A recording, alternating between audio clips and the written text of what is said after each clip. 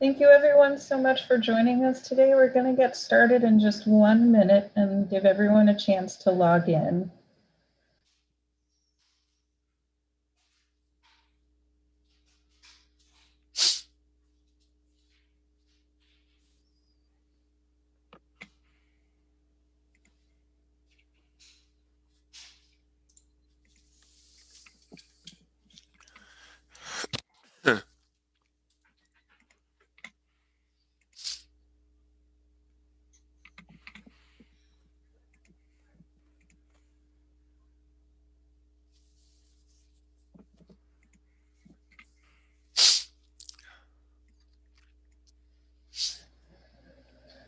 Thank you so much everyone for joining us today. We're going to go ahead and get started, and I'll hand it over to our Executive Director, Laurent Hubert. Thank you, Michelle, and welcome to everyone to this webinar for the public health community on tobacco industry interference in policymaking.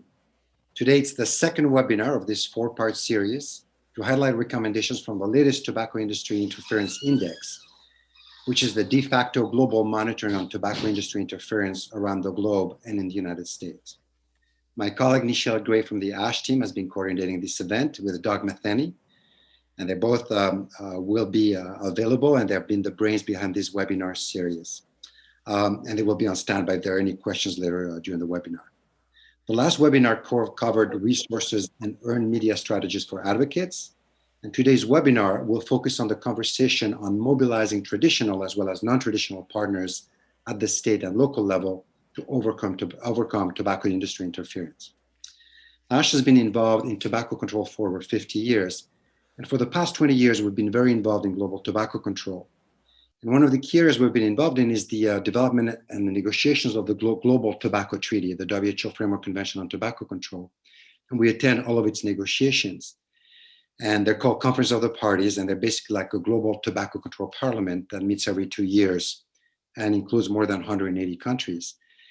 And what's very saddening to hear when we attend those meetings is that country after country, as they try to implement public health policies to protect the health of their citizens, they always state that the biggest challenge they have faced at country level is industry interference. So we hear that time and again, that really this is the biggest obstacle to protecting the right to health of their citizens. So this industry interference takes place all over the world, and we're not protected from it in the US either. So we need tools to denounce and counter this industry interference. Today, you will hear from 4 fantastic speakers who will provide key recommendations from the US Tobacco Industry Interference Index from 2020, which is from 2019 data. And they will focus on the conversation on mobilizing traditional and non-traditional partners at the state and local level to overcome this industry interference. Basically, there will be examples on how to counter this tobacco industry interference. Quick housekeeping issue. There will be plenty of time for Q&A later. You can use the little icon at the bottom of your screen with that says Q&A, and you feel free to direct them to a specific speaker if you want to. So I want to welcome the first speaker, and that is Traci Kennedy, who's the Midwest State Strategist for Americans for Non-Smokers' Rights and the A&R Foundation. And they've been tracking and taking down big tobacco tactics for over 40 years. And during her presentation, she will uncover industry interference in the 2021 session and how advocates are meeting big tobacco head on. Traci, go ahead. Great, thank you for the kind introduction, and appreciate everyone joining from whatever time zone you're calling in from today. I'm presenting to you from Des Moines, Iowa, where I am based as the Midwest State Strategist for Americans for Non-Smokers' Rights. Actually, on March 1st, A&R will celebrate 45 years of working on smoke-free air and smoke-free air protections, and working just as long up against the tobacco industry. Next slide, please. So today we're going to just briefly touch base on big tobacco, how they laid the groundwork, kind of all arguments lead back to them. I'm going to give just a little taste of what we're seeing this legislative session, especially in states that don't have a full-time legislature. So right now they're, in full swing, just convened in January and have limited legislative sessions. So that's where we're seeing the heat really turn up. Where we're looking next, where we think that the industry is cropping up to really fight us in new ways. And then, of course, spending the bulk of our time talking about how to win, or how we have been working on strategies to meet industry interference. Next slide. So, I really just like to ground our conversation by every time I have a background in policy analysis and political science. So anytime I'm reviewing a bill or a proposed language, or arguments from the opposition, it always almost seems to come back to these kind of core industry arguments.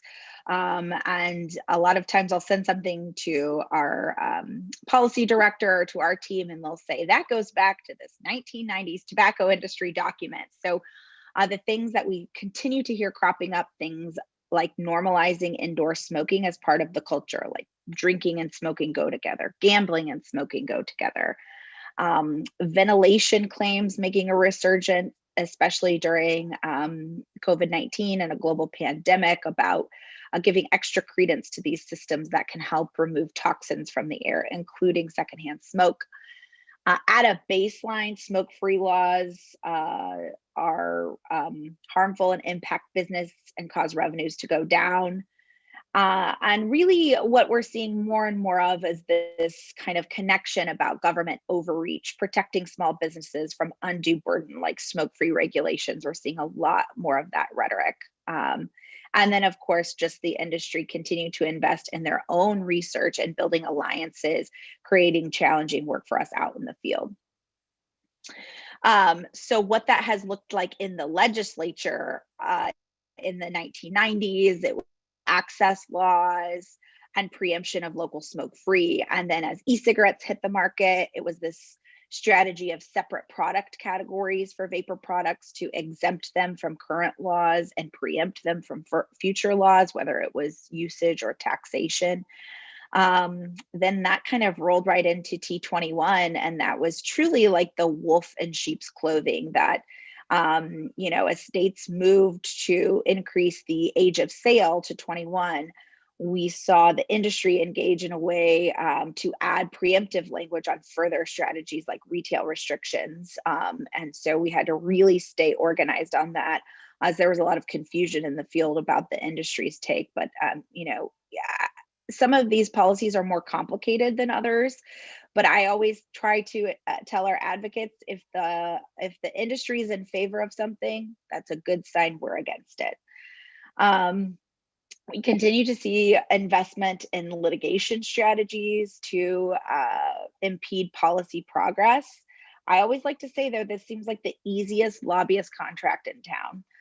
Because a lot of this is implied. The industry doesn't even have to actively go on record in opposition of bills, or they work through other front groups.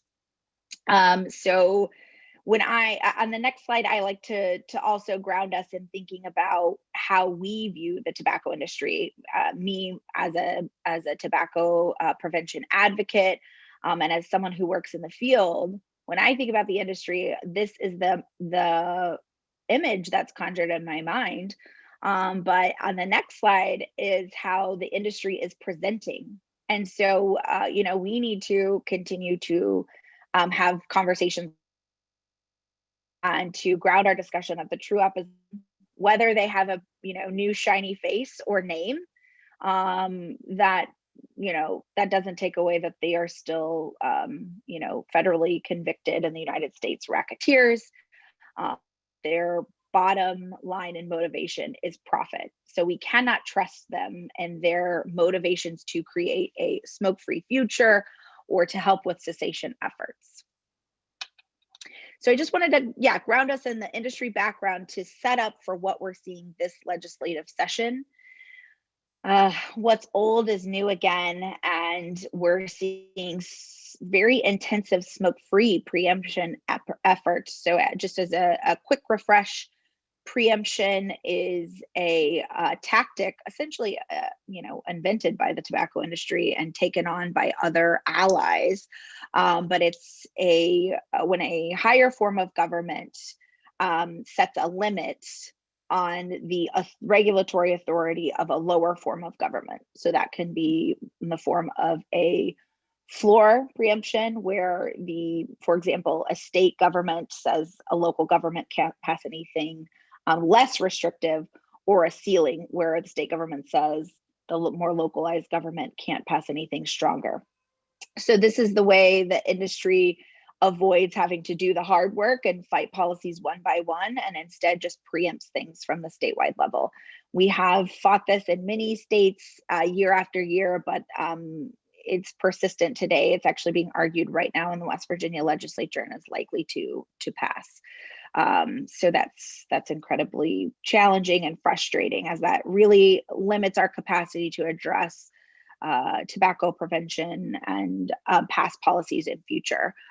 In addition, not only do we see preemption being added to longstanding smoke-free laws like in Montana and North Dakota, but we're seeing also then an exemption effort like for cigar bars in Montana and North Dakota. But something somewhat unprecedented is that we're seeing an effort to exempt correctional facilities, to allow smoking in correctional facilities in Mississippi and Oklahoma, which has not been the practice in decades. And also in one case here in Iowa, an exemption to allow smoking at the veterans' home or long-term care facilities. So we are just seeing this, resurgence of all of these bills, and we have to know that the industry is behind this. And on the next slide, when we started investigating further, some language. So in 24 states at the beginning of session, we saw laws introduced related to this Emergency Power Limitation Act from the American Legislative Exchange Council, or ALEC. ALEC is a longtime partner of Big Tobacco, and we saw many states placing, kind of COVID-19 response or masks ordinances as a way to broadly and in a very vague way limit local public health authority for things like smoke-free. So that's of increasing concern.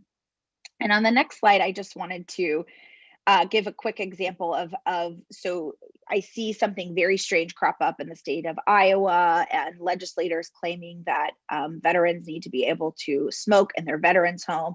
And so I go back to the industry documents library and find examples of Philip Morris working together with Fleischmann Hillard, the large marketing conglomerate, to create a Veterans for Smoke-Free Rights group. And so the same rhetoric that was active back here in 1989 cropped up in Iowa in 2021. And so, in fact, this project, this Veterans for Smokers' Rights project, was reported as saying that smoking is one of the few joys that these guys have left. You're not going to rehabilitate a 75-year-old guy who is going to die anyway. So, if you're facing these challenges, I encourage you to go back to the documents, because somewhere in there is likely the origin story of what you're facing. So just quickly, I want to talk about what we're seeing come up next. We're seeing, again, more industry being out in front on the rhetoric on championing equity and diversity. We'll talk about that a little bit later, but they tout their commitment to LGBTQ employment and improving the community, but then they will fight our policies that protect those very communities they've been known to target. Also, one thing that has us very concerned, big tobacco has officially entered the ring in support and investing in legalized marijuana and on-site consumption as an effort to normalize smoking indoors again. to complicate the regulatory process by emphasizing business and profit over public health. They're saturating the market in places like Colorado by hiring the most powerful lobbying firms, marketing agencies, and polling firms, which makes it very difficult for public health folks to intervene. So I'll just share two quick headlines of what this looks like and encourage you all to follow along.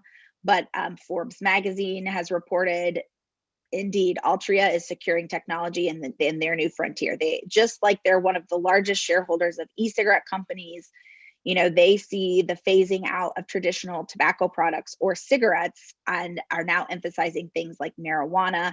And on the next slide, this is the first time we've seen this. Often we're connecting the dots for front groups. So the industry isn't directly registering to lobby in some states, but this is actually from a marijuana industry oriented media outlet, but gave us the heads up that Altria officially is on record to lobby in support of expanding marijuana legalization and sales in the state of Virginia. So that is significant, as this first time we're seeing them officially lobby on record in support. Okay, so let's go to the next slide and talk about what we can do.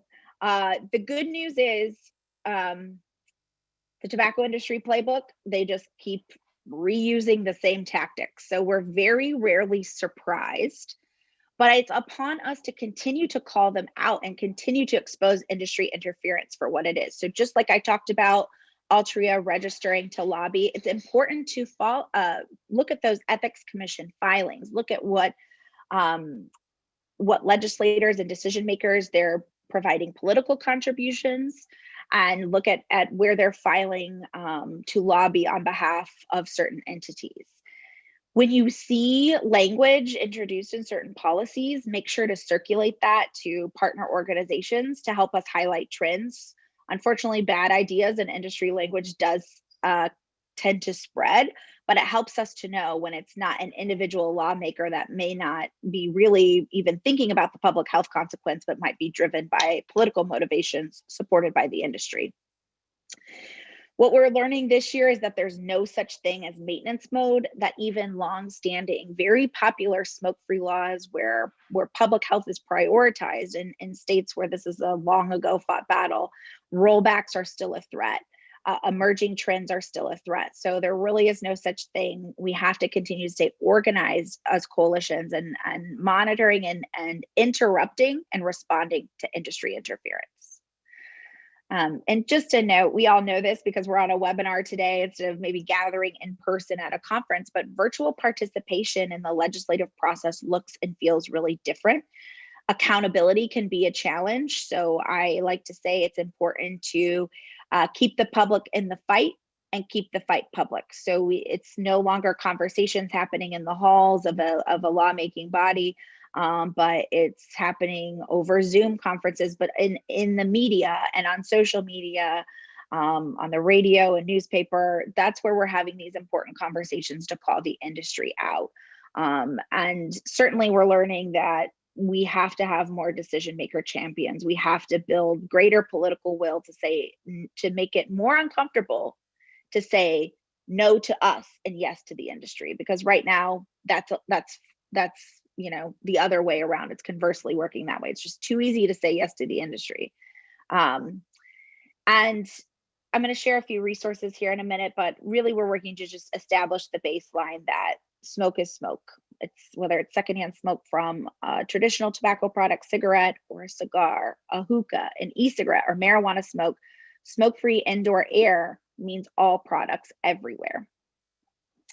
So we have, on the next slide, we have just a few resources that we've been working on updating. We in spite of all this industry interference, we are seeing some momentum, especially with businesses reopening to the public with new precautions related to wearing masks and protecting employees. So we are seeing this great trend really led by a lot of tribal Native American leaders here in the United States at their tribal casino properties. So we've seen more than 200 casinos go smoke-free within the last year. But also seeing other progress on college campuses and individual venues. So showing this type of momentum is another great way to thwart industry efforts. On the next slide, I just mentioned keeping the fight in public and the public in the fight. So we have to continue to keep the drumbeat of creating a public outcry.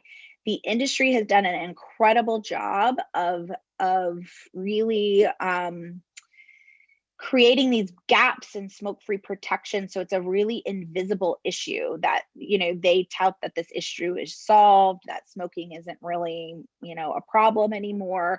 And so it's upon us to be a voice for employees and for individuals who continue to be exposed to secondhand smoke, that is their everyday reality.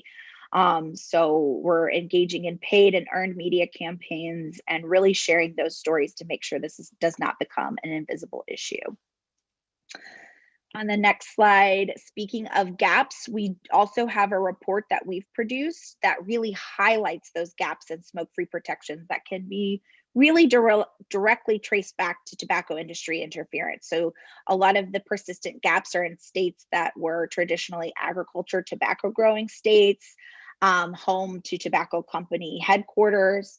But we're seeing other states progress on tobacco policy issues, and then these states where people are continuously exposed to secondhand smoke every day. So I encourage you all to take a look at our gaps report.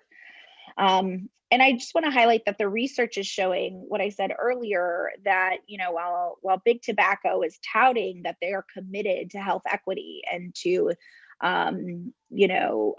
approaching diversity with a thoughtful and strategic mind, we know that preemption as a tactic in preventing local policy making, whether it's on tobacco policy change or with other front groups, that it specifically has the biggest impact on these very groups that the tobacco that they are working to help and to address. So I think that's important research happening and for your groups to consult. In my last few minutes, I just want to talk a little bit about strength and coalition building. So since we can no longer be in maintenance mode, we want to create really authentic engagement. We want local voices to be the feature of doing local work. And to be honest, you all, this is exhausting. We've been doing this work for a long time. And so we're getting tired. And because of that, we have to broaden our base and think about those non-traditional groups that aren't just public health groups. Who outside the realm has been impacted by industry interference or by preemption? How can we bring them into the fold? And probably most importantly, that storytelling piece. Who is left behind by industry interference and lack of policy progress? And how do we make sure that that this isn't just about passing policies? It's not about percentages. This is about real people whose everyday lives are impacted. So one thing we've had some success with on the next slide is by engaging some unconventional voices like social media influencers. So this is Brian Christopher with BC Slots. And he is a YouTube star who has a paid following where people watch him play slot machines online. And we have partnered with Brian Christopher to be a voice for smoke-free air. And it's been very impactful for business owners that work with casinos and for decision makers, because he is kind of seen as this neutral third party who has a really strong and impactful voice on our issue. And on the next slide is another, kind of proxy for employees so some employees feel their jobs may be put at risk if they speak out on smoke-free air. They feel very isolated and that they're kind of at their wits' end, but they don't feel like they can speak out on the issue without their employer being threatened. So we've also worked with musicians and comedians to serve as storytellers to talk about the importance of smoke-free workplaces. And again, that same sort of thing, cutting through the usual talking points with a fresh new look and a fresh new face is a really good way for us to recruit those decision maker champions and really meet the industry head on. So that's the closing of my time, and hopefully y'all will think of some thoughtful questions we can circle back to, but I certainly invite you to check out any of the resources I reviewed. And if you have issues finding any of them, you can contact me directly. Thank you for your time.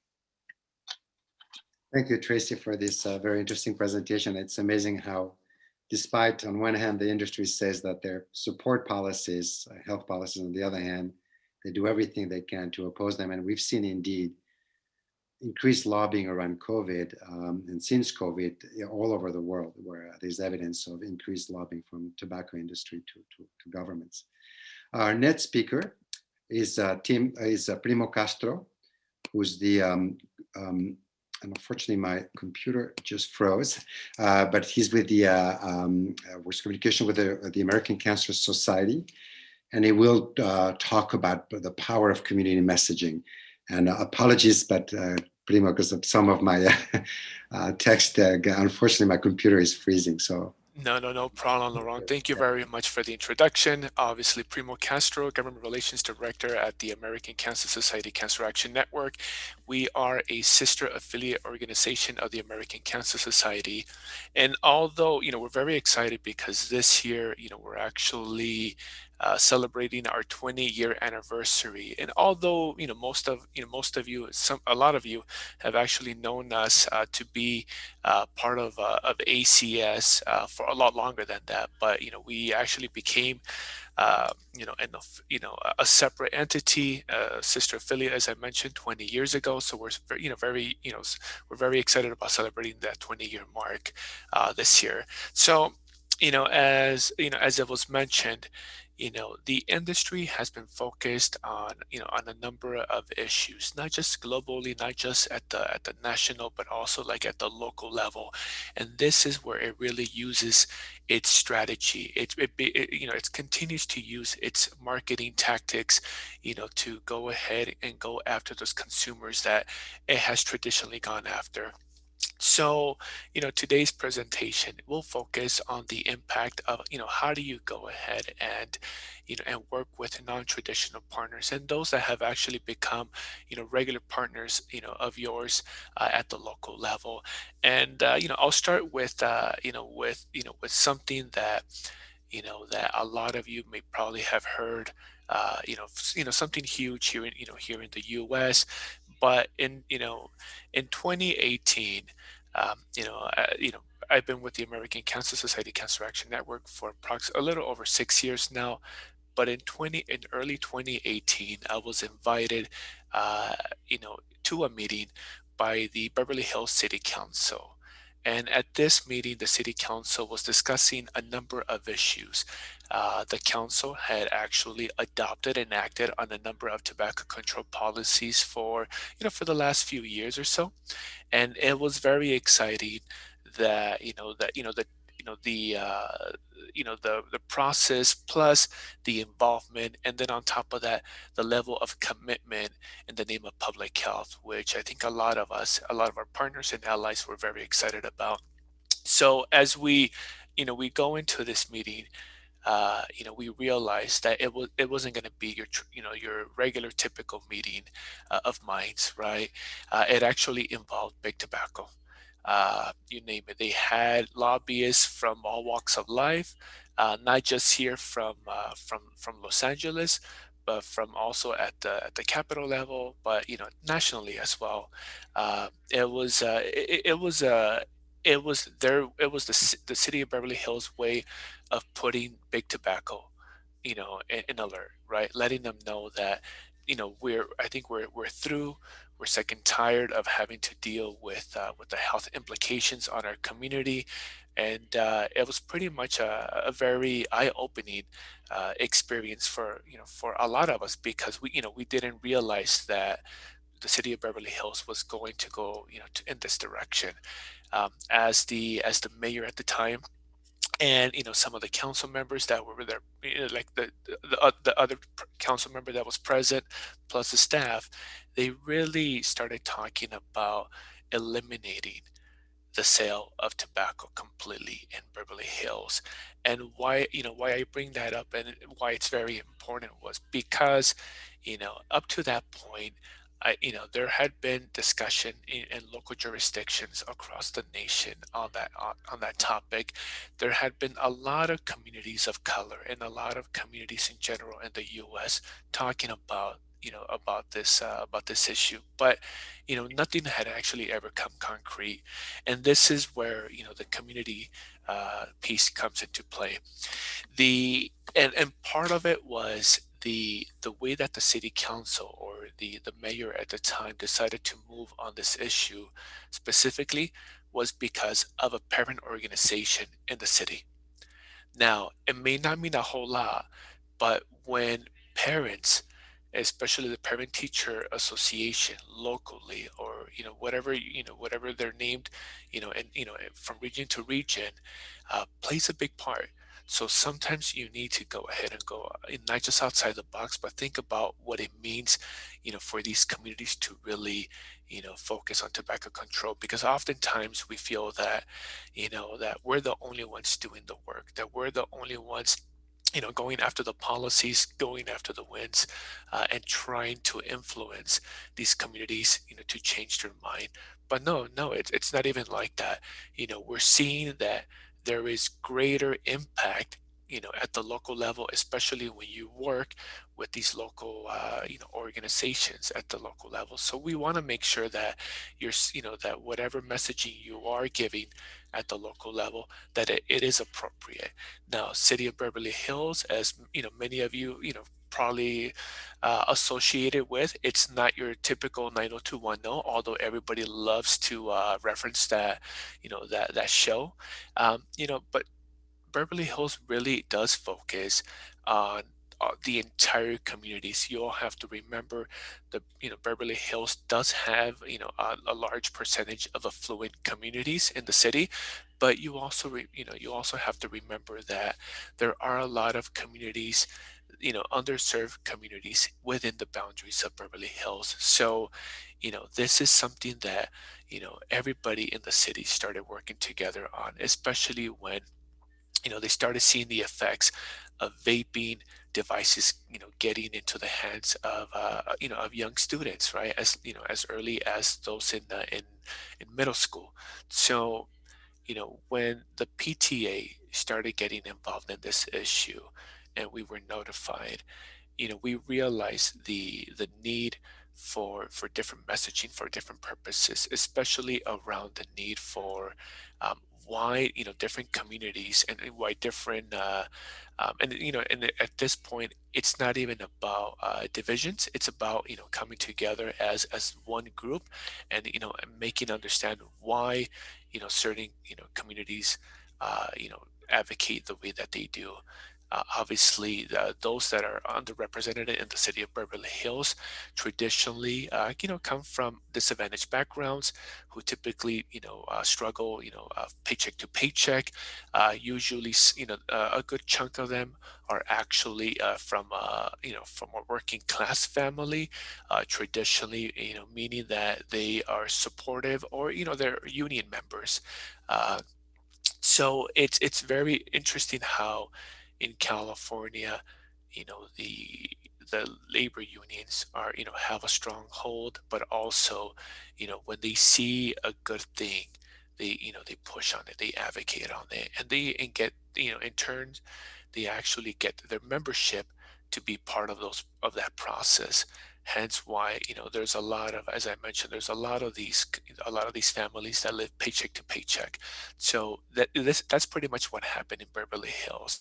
So knowing that there were a lot of African American families, there were a lot of Latino families, API families, etc., that needed specific messaging, because we all know that the tobacco industry has been focused on these communities of color for for generations.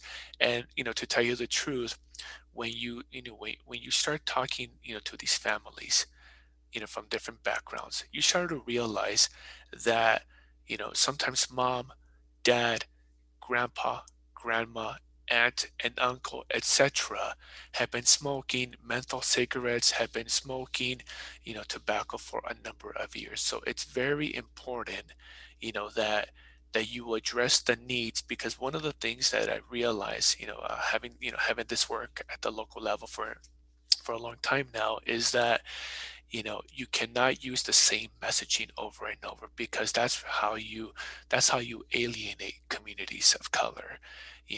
As I mentioned, I think there are a lot of individuals that like to see each community very separately within the API community. We know that there are Vietnamese Americans, there are Chinese Americans, and even within the Chinese American community, you're talking about northern, southern, and then you're also talking about Taiwan. So you have to be very specific, and you have to be very careful about what not to bring up. But the one thing that that is definite is that that big tobacco has been at the forefront of public health in these communities for a number of years. There's a reason why traditionally a lot of these communities have started smoking and continue to smoke, right? So you know same thing with the Latino community. The Latino community is not a monolithic. You have Mexican Americans, you have Salvadoran Americans, etc. Folks from the Central America, South America, from different parts of the world. So when organizations are trying and messaging to Latinos as one representative, it doesn't work, because you're not really focusing on the appropriate messaging. So you need to be very careful how you do that. Obviously, as I mentioned, Los Angeles, the greater Los Angeles area, is a melting pot, just like a lot of communities, a lot of major cities throughout the world. But what's very important here is that we start working with each other. We start realizing that issues affecting Angelinos not necessarily are separated because of communities of color, but because of the influence that is being done in this case by big tobacco at the local level, right? Big tobacco still traditionally likes to think of all these marginalized communities as monolithic. Even within the African American community, here in Los Angeles, we have strong communities of Jamaicans, Haitians, etc. So when you start lumping everybody together, as one, that's pretty much when you start losing focus. And then on top of that, that's when a lot of these communities stop paying attention. So it's very important how you work with your local communities. And whether you're like in Iowa, whether you're in Illinois, Los Angeles, you name it, always try to work with those that at the local level. Try, obviously for a lot of us, sometimes it gets, out of our comfort zone, and that's okay. People want to learn from you, and we also want to learn from them. That's important. That's very key, because at the end of the day, as I mentioned, big tobacco has actually been focusing on these communities of color for a very long time now. So when you tailor these, your messaging accordingly to different communities, you want to make sure that you bring up historical context, because a lot of times it's not just throwing a lot of random facts, a lot of research at them, because remember, a lot of these individuals, and I'll just give you an example here in the Los Angeles area. A lot of these communities are working class. They have to worry about living paycheck to paycheck, as I mentioned. But on top of that, realizing, what's more important, giving them, McDonald's, giving them Burger King, or do we have the means to feed them organically, right?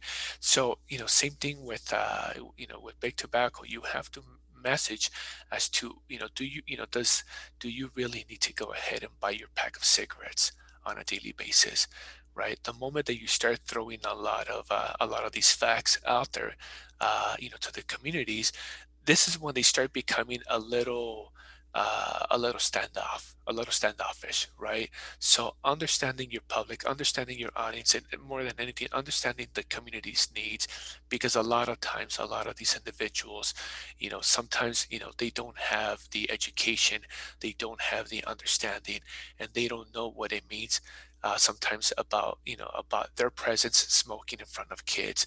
So that's why it's very critical of messaging correctly in such a way that they understand, because when you start throwing big facts at them, they start getting scared, right? There's a lot of Angelinos that live in constant fear of deportation.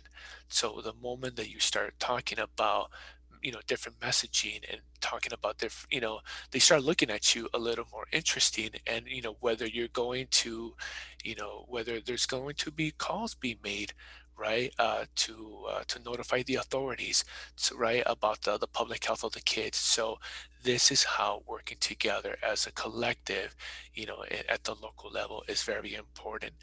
Um, over the last few years, we've seen that big tobacco has changed its marketing gimmicks, but not so much. I mean, they're still using a lot of like the traditional marketing tactics, from before.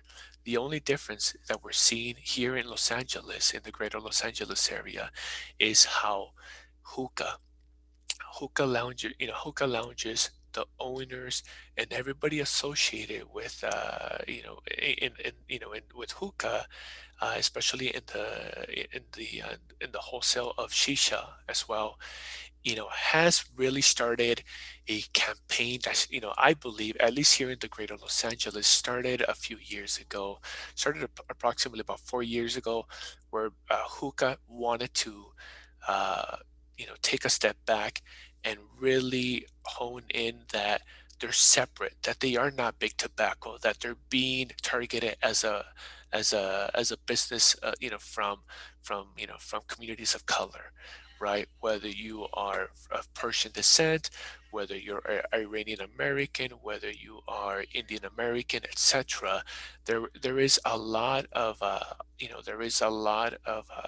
discussion how hookah is not part of big tobacco, and how now they're calling us, those that are working in public health are being unfriendly, unkind, and more than anything are not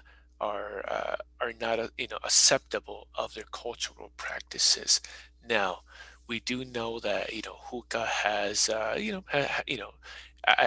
has had some influence at the local level, especially when different cities and different municipalities have started changing, different elected officials in the recent elections, and they're beginning to have a very strong say. Why? Because, as I mentioned, they really started honing in on their local communities, those that really buy their products. So it wasn't a monolithic approach messaging. It was, they started with their own communities, and how those in public health are really going after, almost sort of like, it's almost like targeted, precise targeting by public health organizations, on the hookah community. So some council members and some of the local legislative leaders have realized that, instead of bringing, instead of dealing with this, they don't want to deal with this issue at all. So hence why they're beginning to pass a lot of exemptions. So we need to do a better job about what our messaging is, to these communities, because at some point, it's only going to get stronger. The as we begin to move closer and closer, and a lot of the work that we've been working on has been focused around flavored tobacco. There's a lot of misinformation out there. Obviously, here in the United States, we've been dealing with active campaigns of misinformation, not just on social media, not just by different organizations and by different groups, but sometimes by those on the left and then the right. So we need to make sure that, from a public health standpoint, that we work together in terms of what that messaging is going to be, because it is only going to get worse as we move forward. Now, there have been some gains, and we feel that these gains are going to be huge. Obviously, in the city of Long Beach, we feel that Long Beach has a very strong Cambodian American community, and there's also a large African American community, and so having those communities understand the importance of no exemptions for menthol or hookah is very key when it comes down to passing policies, not just in the greater Los Angeles, not just in the state, but all over the United States. So we need to focus, as I mentioned, it the way that you work with different communities, with different stakeholders, whether it's with labor organizations, whether it's with other public health organizations, even with the nonprofit world, believe it or not, there's a lot of them that want to that want to be your partner. But sometimes, a lot of organizations really don't have the infrastructure for the coalition building. But it's amazing sometimes how easy it is just to pick up the phone or send an email, and to get the level of response that you do, and you'll be amazed. So especially when you work with different organizations that work directly with those communities of color, you really want to go ahead and focus, because a lot of these partner organizations will be able to give you direction in terms of messaging. So I'll leave it at that, and Laurent, back to you. Thank you very much, Castro, and for the local examples. And I find the Beverly Hills example very compelling, because it led to a new frontier in public health policy, which hopefully will be followed by other jurisdictions. Also, take some of your points very much to heart, and literally that about the data, for example, not over presenting too much data to some communities, and rather this concept of providing messages that speak to both the heart and the brain. Our next speaker is Tim Gibbs, who's a legislative and advocacy director, an administrative advocacy consultant in California. Tim, it's all yours. Go ahead.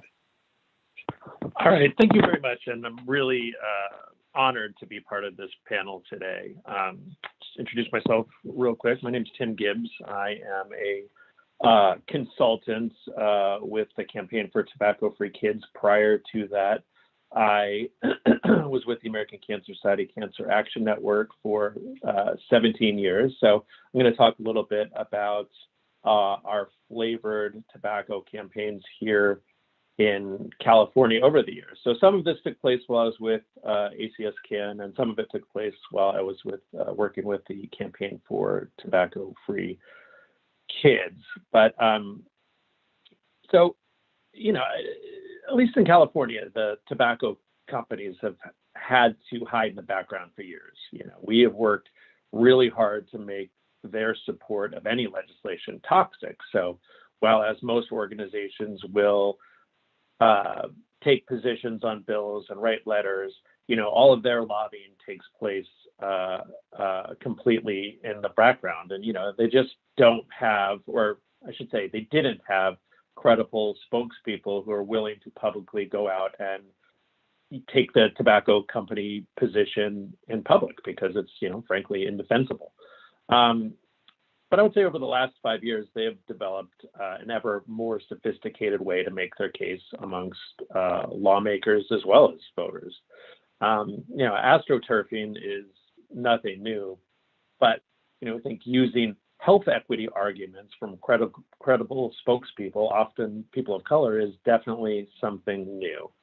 So ever since we won Proposition 56 back in 2016, Proposition 56 is the largest tobacco tax in history in the United States.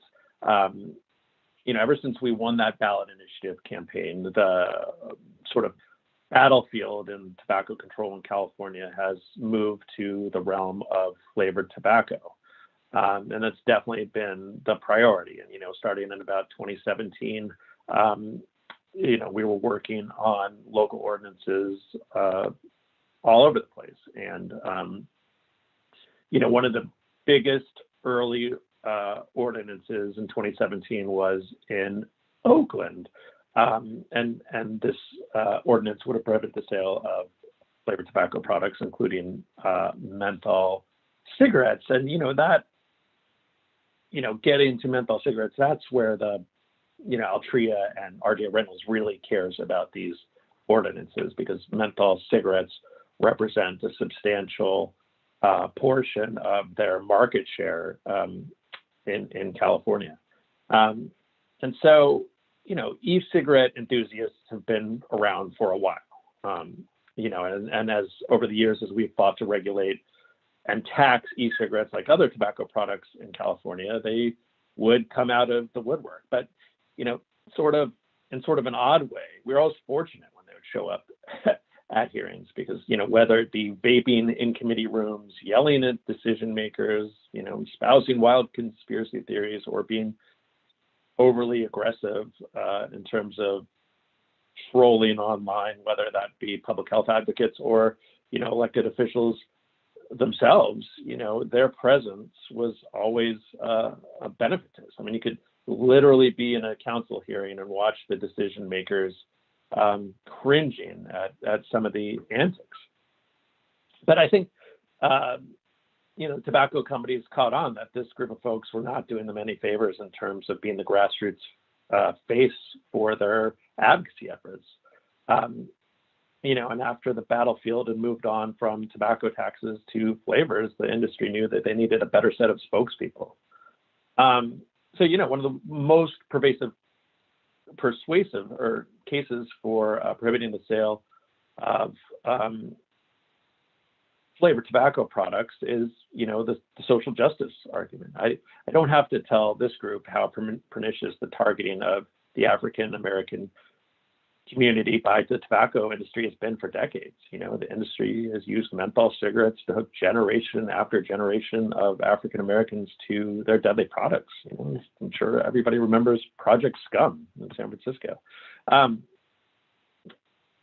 one of the first instances I remember seeing the tobacco industry starting to cultivate new spokespeople was in Oakland. There was a large group of African Americans wearing shirts during the Oakland committee hearing saying, "Stop the black tax," and we know these efforts were funded by the tobacco companies. There's also another organization, NATO, the National Association of Tobacco Outlets, and they have been around for a while, but they've certainly gotten more sophisticated over the last few years. They're ostensibly a trade organization representing tobacco retailers. In the mix are also trade organizations representing gas stations and convenience stores.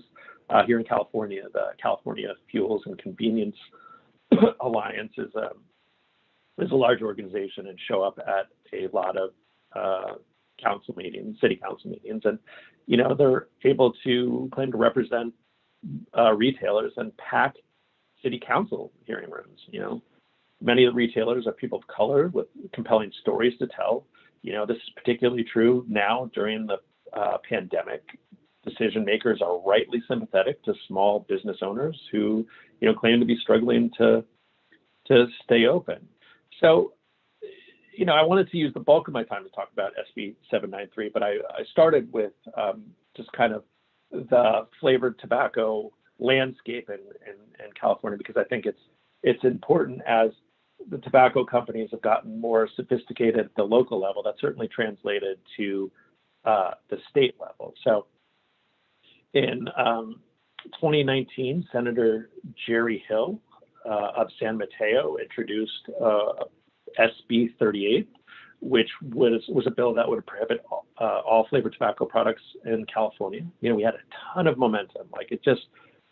The bill launched, like gangbusters, and we sailed through the Senate Health Committee with an overwhelmingly bipartisan vote. And the tobacco companies were in trouble, but seemingly out of nowhere, a group called the Hookah Chamber of Commerce appeared and managed to single-handedly derail this bill and ultimately kill it for a year.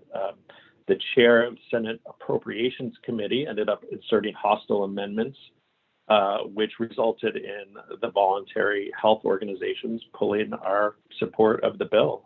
And ultimately it died for a year. One of the provisions included an exemption for hookah products, but there were other problematic amendments, having to do with patents that would have ultimately allowed some current e-cigarette products to remain on the market. And, I mean, the tobacco companies love this. Hookah may not be their particular issue, but it's managing to consume more and more energy and ultimately impact our ability to pass comprehensive policies. Following the demise of SB 38 in the state legislature, cities like Burbank started to pass ordinances with exemptions for hookah. And these hookah exemptions in our local efforts are always an issue now, and they're frankly passing more and more ordinances with hookah exemptions, which is definitely a problem. And so it's interesting, the hookah lobby who succeeded where the e-cigarette lobby failed. I mean, the hookah lobby's speakers are well prepared. They're ready to share compelling stories. They talk about the cultural significance of hookah and how it's been a part of South Asian and Middle Eastern cultural tradition for thousands of years. They're particularly adept at pivoting the focus from their products to e-cigarettes and kids, and how this is not part of that issue. At city council meetings, they talk about how this is about vaping and kids, and that's really bad, but that's not us. They'll bring into council hearings like a 3-foot, hookah pipe and say, kids can't fit this into a backpack. So that's not what this problem is. So in terms of the statewide bill, the bill died in 2019. We brought it back in 2020. Again, the bill sailed through the Senate Health Committee in 2020. The chair of the Senate Appropriations Committee had not dropped his opposition to a comprehensive ordinance. So, it was clear if the bill was to move forward, that hookah would have to be exempted. So, that was unfortunate, but ultimately a bill that was going to prohibit the sale of all menthol cigarettes in California, as well as all flavored e-cigarettes, was still worthwhile public health, achievement in my mind. So, the bill advanced off the Senate floor with a bipartisan 33-4 vote with that hookah exemption. As the bill, and it's funny, the Senate was probably the easier lift. So the next house, the Assembly in the California legislature, was going to be much harder. The tobacco companies have had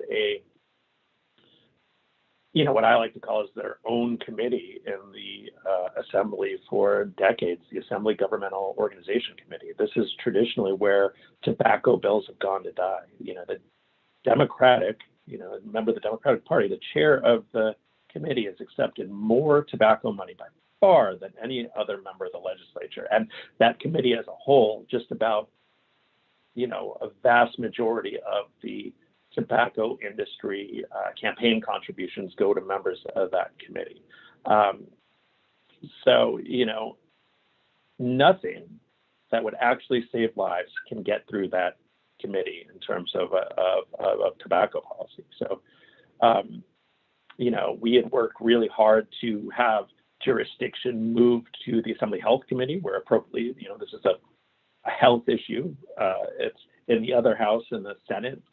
Their health committee hears tobacco bills, but for whatever reason, that wasn't the case in the Assembly. But, given that this was taking place in the pandemic, we were luckily and fortunately, with a lot of hard work, able to get the Assembly Health Committee to hear this bill rather than GO. And this is something we had been hoping for many, many years. And often the Governmental Organization Committee and the Health Committee both committees would hear it, but due to COVID-19, only one committee was hearing bills. So that actually, was helpful. And so, I like to say that the tobacco companies are really overconfident on this flavors issue. They knew they had their own committee. They weren't worried about it. Once the decision was made that it would only be heard by the Assembly Health Committee, that's when the tobacco companies really started to ramp up, and that's when they seriously started spending money against this effort. Even going to the Assembly Health Committee, the bill wasn't a challenge. Members on the committee were swayed by the argument about expensive cigars and piped tobacco deserving an exemption. The tobacco companies, and I just always find this laughable, but they were the ones making the argument that police interactions would increase if the sale of menthol cigarettes were prohibited. It's just laughable to hear the tobacco companies try to make social justice arguments. And so the bill got out of the committee, but unfortunately there were exemptions for premium cigars over $12 and piped tobacco products. But one of the things we did throughout SB 793 was a sustained effort to increase our list of supporters. There's genuine grassroots support for passing this policy, and we needed to demonstrate that to lawmakers. By the end of this campaign, there were more than 150 organizations that had signed on in support. And the interest groups spanned public health, tobacco control, public interest, and labor organizations. The opposition, they had roughly 30 organizations by the final floor vote, and they succeeded in cobbling together a coalition of law enforcement, business interests, African-American pastors, tobacco retailers, and the cigar industry. And the tobacco companies really started to ramp up their advertising. Ads by R.J. Reynolds claimed that the bill was going after African-Americans and Latinos by making exemptions for the rich. That's the argument about exempting cigars. They were doing attack ads on our strongest tobacco control supporters for voting for this bill. One of our co-authors of the bill, they attacked him as going soft on hookah, as going soft on picking on African Americans by prohibiting cigarettes that they like while allowing rich people who like expensive cigars to be able to keep smoking their particular preferred tobacco products. Former state senator penned an op-ed calling SB 793 paternalistic and racist. And our side pushed back pretty fiercely on those arguments. We, during our hearing, our primary witness during the Assembly Health hearing was Reverend John Cager, pastor of the African American Methodist Episcopal Church, as well as in Los Angeles, as well as Dr. Phil Gardner of the African American Tobacco Control Leadership Council. We solicited African American leaders from across the state for an ad to highlight the support within the community for eliminating the retail sale of menthol cigarettes. Representative Karen Bass, who was a contender for vice president, but she is the chair of the Congressional Black Caucus and wrote an op-ed on our side to counter the tobacco industry arguments. And so, the tobacco companies spent $1.5 million on TV ads that we know of, and we haven't identified how much they've spent on digital, but we know that that legislators were constantly being pummeled on their phones by attack ads from the tobacco companies, and in addition to kind of the traditional advertising, they're also funding kind of grassroots advocacy as well. A group called Neighborhood Forward held rallies of primarily African Americans calling the bill racist. The same group had a rally in front of the Speaker's house, the Speaker of the Assembly House, to denounce the bill. I would say that tactic backfired. That did not make the Speaker happy. But our campaign responded with ads, as well as social media and traditional media thanking members for being heroes to healthy kids. So after advancing out of the Appropriations Committee, the bill passed 58-1 out of the Assembly. The bill returned to the Senate for a concurrence vote of 34-0. The governor signed the bill later that afternoon, and the tobacco companies begin.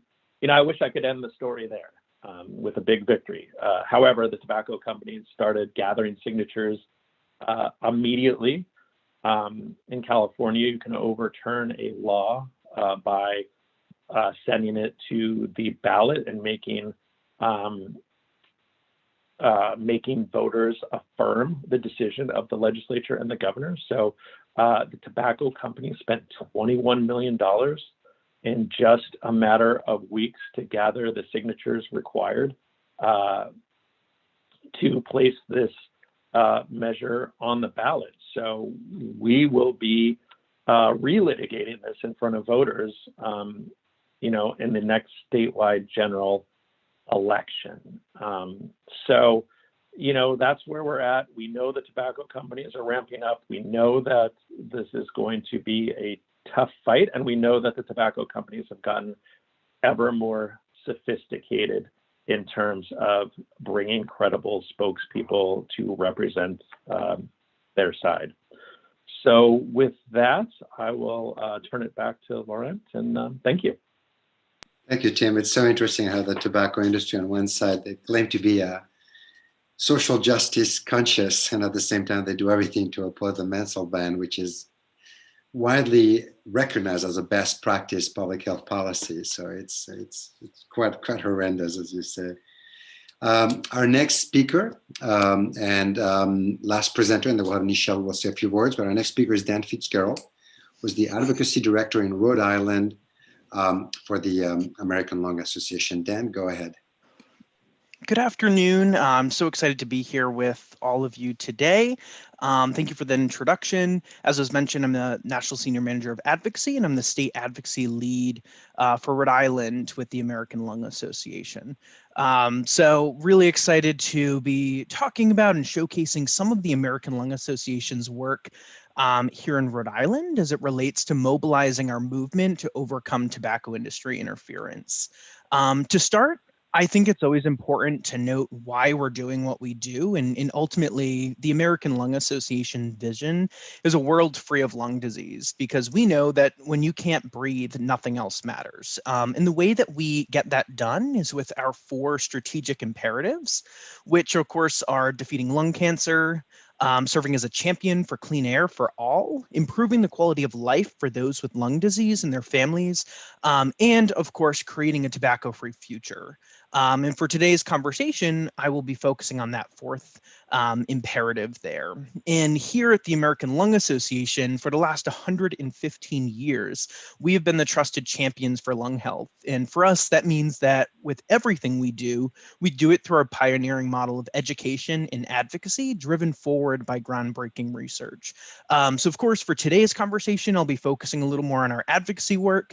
But if you'd like to learn more about our education programs and resources or investments in research, be sure to visit lung.org. So without further ado, I'm going to dive quickly into talking about the small but mighty state of Rhode Island.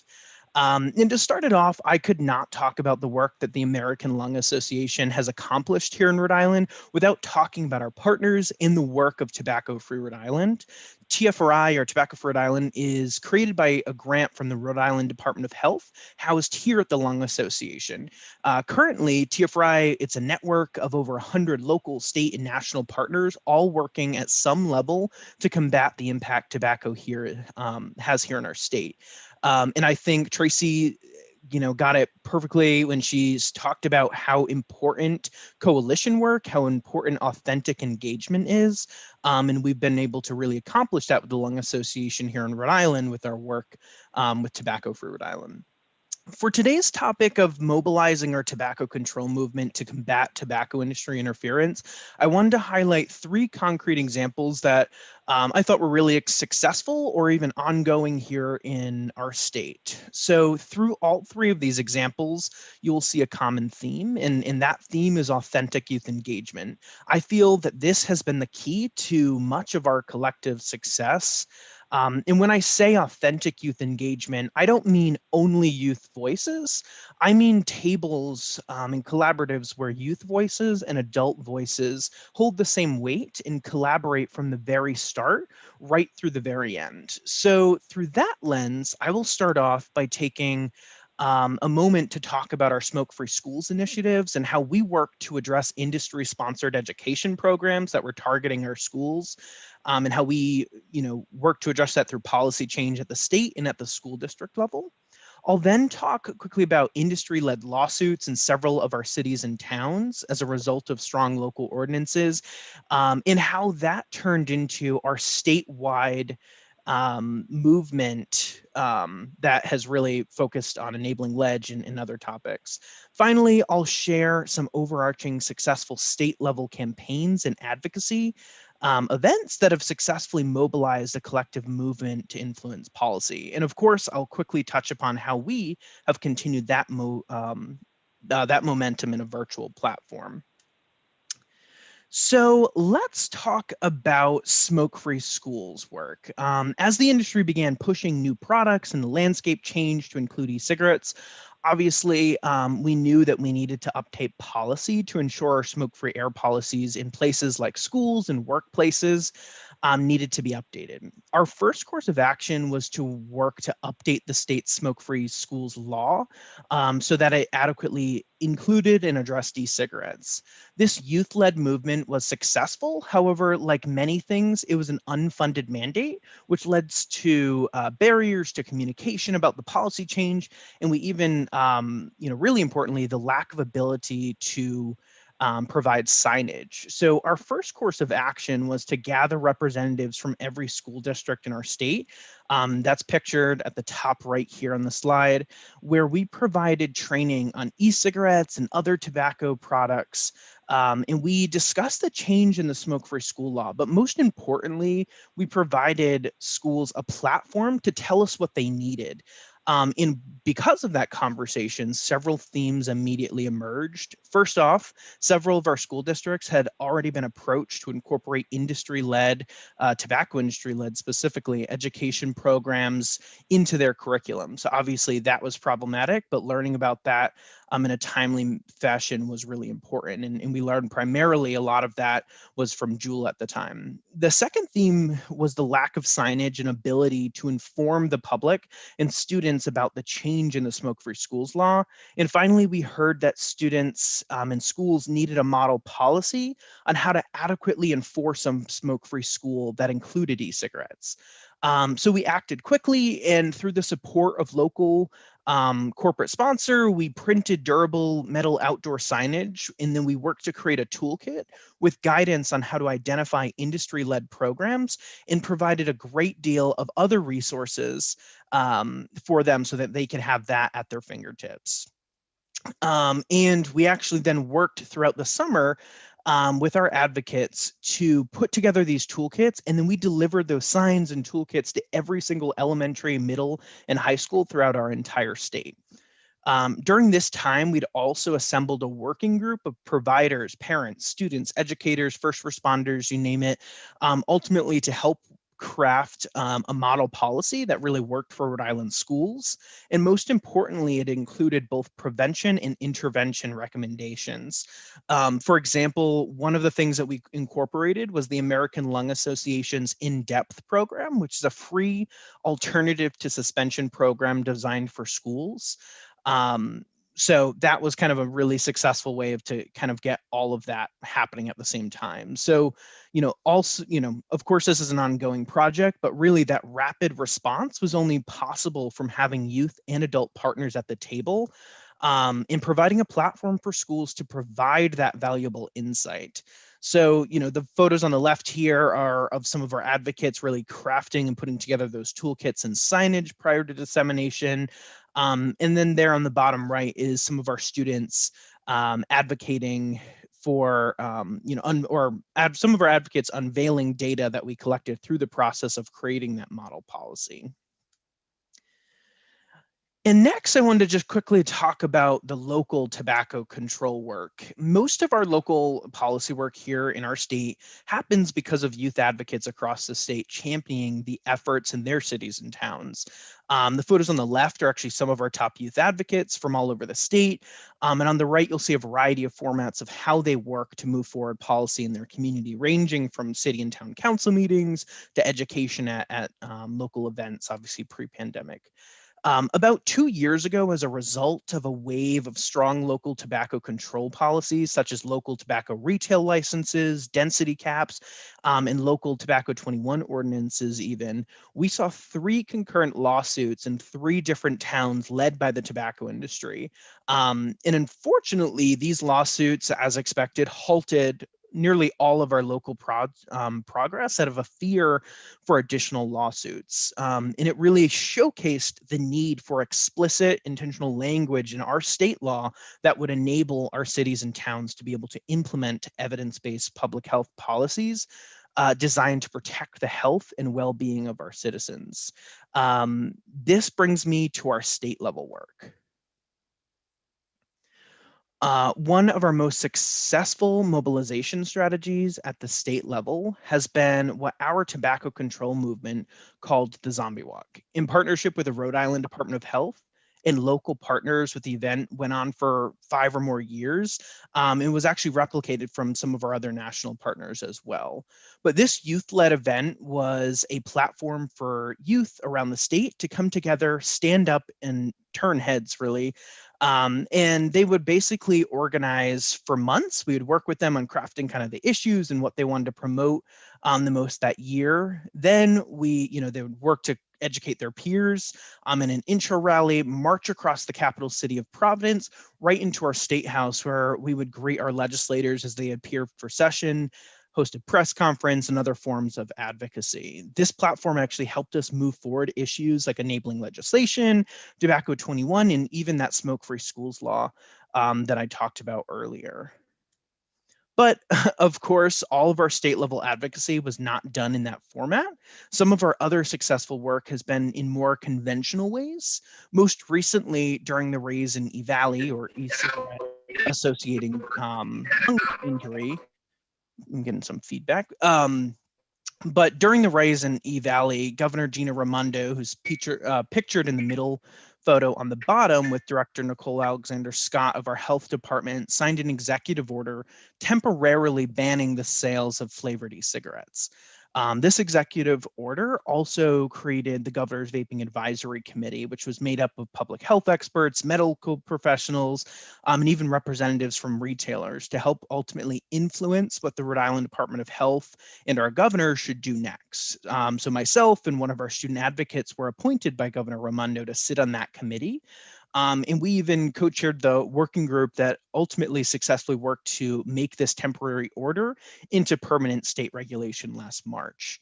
So more work to do there to really make sure all flavors are encompassed, but certainly a start. And of course, since much of our work has transitioned to a virtual platform, when we continue to work alongside our youth advocates to educate our lawmakers and mobilize the movement to combat the tobacco industry interference. For example, already this year, we've worked to host a new legislator meet and greet with our newly elected officials so that we are some of the first faces they see when they're getting to their new roles. We use this opportunity to talk about the toll of tobacco and what that has on our state. We also used it as a platform to highlight the American Lung Association's State of Tobacco Control report, highlighting needing changes, and of course, finished with policy solutions that would help move our state forward. And of course, while advocacy looks different in this virtual format, I found that through continual outreach, short curated events, or pre-recorded snippets from students and medical providers, that we're still able to capture the attention of our elected officials. And we've also started to lean more on some of the other advocacy tools that have been at our fingertips for a long time. Things like letters to the editor or op-eds in local newspapers, radio and TV interviews, and even one-on-one phone calls to legislators. And we see it here in our state. And as you just heard from the other speakers today, we're seeing it all over the country, but the industry is not stopping because of this pandemic. So it's more important than ever that we continue to mobilize, that we continue to make public health the loudest voice in our state houses and collectively work together to move this important work forward. So I know that was a lot of information in a pretty quick amount of time, but I appreciate the opportunity to talk about how we at the American Lung Association work to overcome tobacco industry interference at the local and state level. Thanks so much. Thank you, Danielle. Dan, very interesting examples from Rhode Island, and we'll get back to it then during the Q&A. Our very last speaker is Nichelle Gray from ASH, and she will quickly mention opportunities on how to engage in the tobacco industry interference index, the data collection that's being done in the United States, and then included in a national as well as a global report that compares what level of tobacco industry interference we have in the US and how does it compare to other countries. Nichelle, please go ahead. Thank you, Laurent. Yes, I just wanted to briefly touch on the U.S. Tobacco Industry Interference Index that we are working on this year. We are collecting data and research for 2020 interference instances, and we are looking for your help for state and local advocates to help us collect this information. You'll notice on the slide that there are some state examples, and those examples are actually included in last year's report, different examples of interference. So it's really important that, that we work as advocates together to highlight these stories and get them out there. So we're able to do that, through our US Tobacco Industry Interference Index. We also collect the data. We are the data collector for US interference for the Global Tobacco Industry Interference Index as well, that is published by the STOP partners. So it's really important to get this information out and to show what is going on in this country. And then I also wanted to talk about a few other opportunities, because we have been working with tobacco-induced diseases as well as BMJ to produce editorials and blogs around these issues.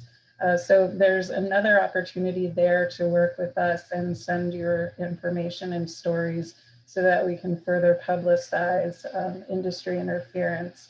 And then finally, ASH is always sharing this information on our blogs as well as our website. So again, another area that like to publicize and share your information. So you'll see on the bottom of the slide, we have an email address dedicated to story submissions that you can send your information to. And then you can also email me directly if you have any questions or if you want to talk about opportunities. I'd be happy to address anything with you.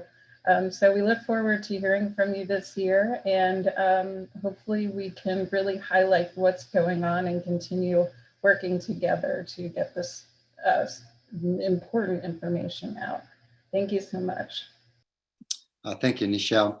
So we have a bit of time for Q&A. So feel free to type your questions in the Q&A using the Q&A icon, and click on it and you can type questions if you have any questions. So I have a first question. And so much of this report of the Tobacco Industry Index is based on an article in the Tobacco Treaty, and it's a very important article. It's Article 5.3, which basically states that it prohibits industry interference in policymaking at country level. The US has not ratified the treaty, but I was wondering if there are such mechanisms that do exist in some states in the United States, or if there's no such thing. So I was wondering if that's something that any of the speakers can speak about, but is there anything in the United States that does, to some extent, protect public health policy against interference from the tobacco industry?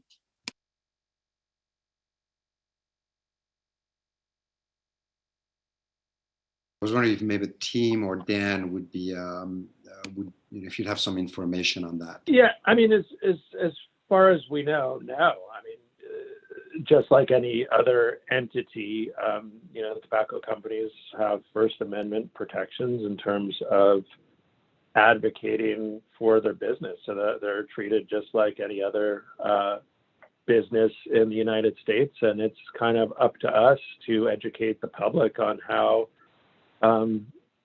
terrible they are in terms of, the deaths, the disease, the damage they cause. So there is nothing sort of from a First Amendment perspective that is unique about the just pure evil of the tobacco companies and how they're allowed to operate. Now, I mean, you can point to the lawsuits by the state's attorneys general, a couple of decades ago in terms of being sued and sort of held accountable, I guess, was the idea behind those lawsuits. But no, there's no kind of protection from tobacco industry interference other than citizens and advocates pushing back. Thank you. And then I noticed that there's, I'll go to another question, but I noticed a question from Stelly Harmon related to marijuana smoke, but I don't see the question. Stanley Harmon, Stanley, if you can maybe rewrite the question. Meanwhile, I have a question I was going to say, Laurent, I can see the question that just says, by including marijuana and smoke-free efforts, wouldn't that dilute the effort to curb exposure from cigarette smoke? If it's okay for me to go ahead and address that, I'm happy to. I don't, for some reason, I don't see the questions on my panel. Please go ahead. Sure. Yes. And thank you so much for your question. Actually, this is a significant challenge that has been presented to us that many tobacco prevention advocates really see the threat of on-site consumption of marijuana as outside of their scope or realm of their work to do tobacco prevention. And it's really creating a sense of urgency for us because it's actually quite the opposite. Is what we're seeing is that marijuana smoke is diluting our smoke-free efforts, that we have to protect the integrity of our smoke-free laws. And by certain municipalities opting in to allow marijuana smoking in places like restaurants and yoga studios, it's actually really undermining our efforts to protect individuals from secondhand smoke. We also have some really good preliminary and ongoing data about the danger of marijuana secondhand smoke and the impact to the bystander. So truly, when we're talking about secondhand smoke, we are now talking about marijuana as well. But I certainly appreciate the question, opportunity to address that. Indeed, smoke is smoke. It doesn't matter what year. Combustion produces smoke. It doesn't matter what it is. It's hazardous. I have a question for Dan. So in the context of the smoke-free school program, whether did that have did we able to determine the impact it had on prevalence levels of both smoking and vaping and dual use? And my second question is, do you have any? And I've noticed also we have an some international folks on the webinar today. And what tools do you use to motivate young people to engage in the process, participate, and so on and so forth? Given that I could see that you have quite a lot of motivated young people in your project. Yeah, no, that's a great question. And, a few pieces there. I'll start with the youth engagement aspect of the question. And I find, our most success has been when we are not just looking for youth to kind of be a spokesperson at the end or to be the one testifying in front, for a hearing or something, but truly involving them from the very beginning. And I find our kind of recruitment efforts from that has been most successful when there's kind of that give-get relationship there of, investing in young people and that professional development of, investing in them with the education, but also with the platform and the skills so that they're able to kind of own that change and not just looking for the students who are super, super passionate about tobacco, but just passionate about health, or are kind of influencers in their school system, for example, in really just arming them with the facts. And what we find a lot of young people right now are most kind of charged up about is just how tobacco issues are not just a public health issue, but also a social justice issue, and talking about how that, what I think you heard a lot of our other panelists talk about, but how those topics intersect and what that looks like for their personal communities. So I find that's a really successful way to kind of get them in, and then it's our job to really arm them with all that information and the platforms to use that. And then for the other piece there about what the impact in the schools. So we're still, doing a little bit of that kind of evaluation to better see what came of some of that policy change. Unfortunately, a lot of that post kind of surveying was just as kind of the pandemic was shutting some schools down. So we don't have a ton of that information. Anecdotally, the schools who are kind of early adopters, especially with programs like In-Depth or those that program I mentioned from the Lung Association, it's about, rather than just having a penal aspect of, a student's caught with an e-cig or a combustible product and they're suspended or get a detention or something else like that, but to really arm them with information and keep them in there, keep those protective factors around them, and work on changing that trajectory. So anecdotally, hearing a lot of really positive feedback on that, but definitely looking forward to seeing that in data as we get more. Thank you, Dan. We're running out of time, but there's one question which ties a little bit in what you said of what motivates young people to engage in. So from Lori Autumn, so I do want to bring it up to the panelists. And she asked, what are the good approaches to combat the social justice argument being promulgated by the tobacco industry?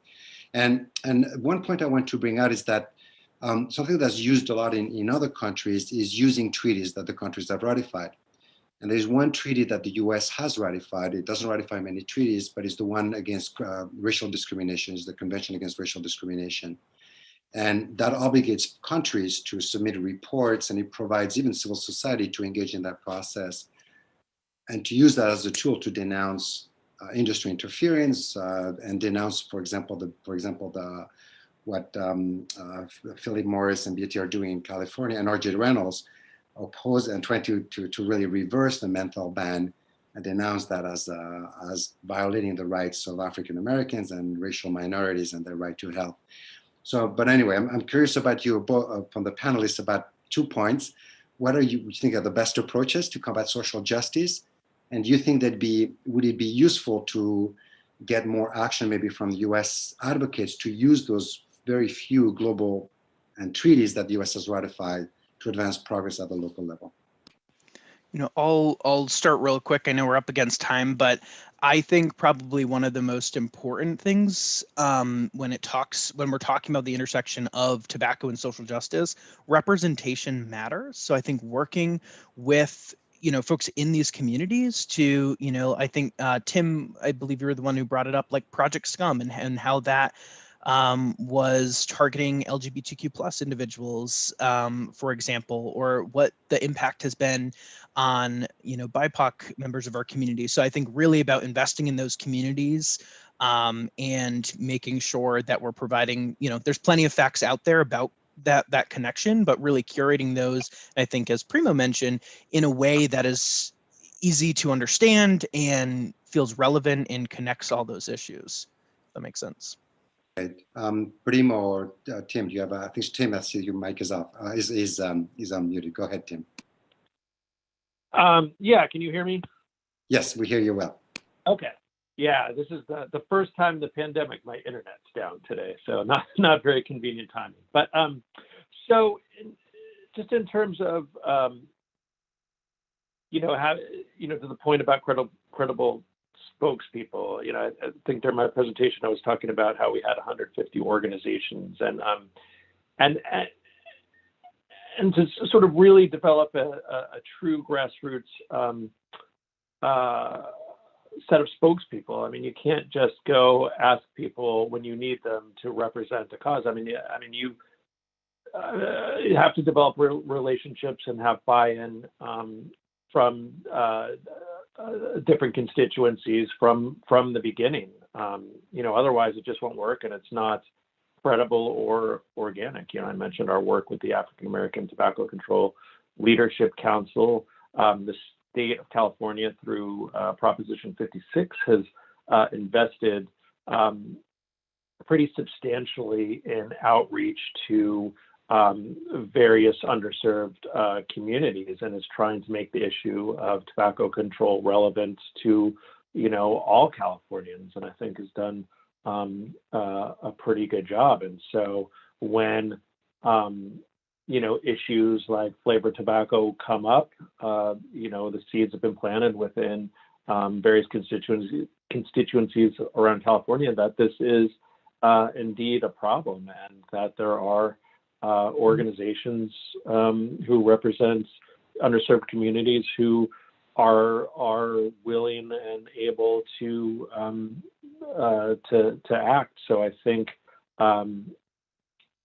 working across the gamut of constituencies who are impacted by the tobacco companies from the beginning, not just when you get to a hearing, is so important and so critical. Absolutely. Primo, do you have any? Please go ahead. Yeah, thank you. Yeah, just a couple points. First is, now that we're seeing a younger generation of activists globally, not just in California, but globally, they're really pushing the envelope when it comes to messaging, when it comes to activism, but more than anything, the issues that really matter. Public health is at the forefront of that racial health equity.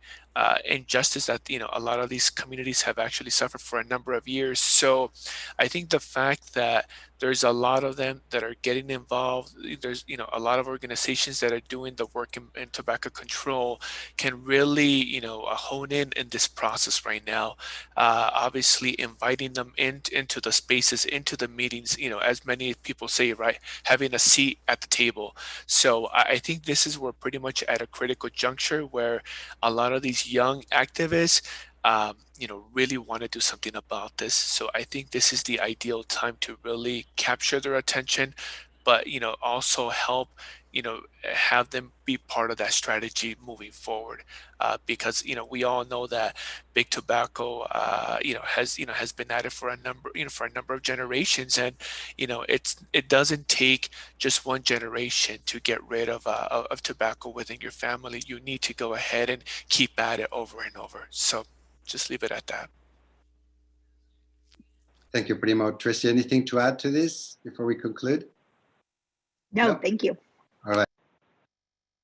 Well, sorry that we ran a little over, but thank you so much for joining. And you can find more information about the index on our site at the link on this link on the slide. There's also, just if you're interested on the topic, there's a blog from British Medical Journal that has been that's also available on the slide. And you can join us for the third of the series of those webinar series, which is scheduled for March 25th. And stay tuned also because we have a number of other webinars on other topics. We will have one on March 11th on women and tobacco, for example. And we have another a set of other webinars. So thank you to everyone. Stay safe. And thank you to all of the panelists for joining us today. Those were very, very interesting presentations. And thank you to all the participants for taking the time to join us today. Thank you, everyone. Bye-bye. Thanks so much.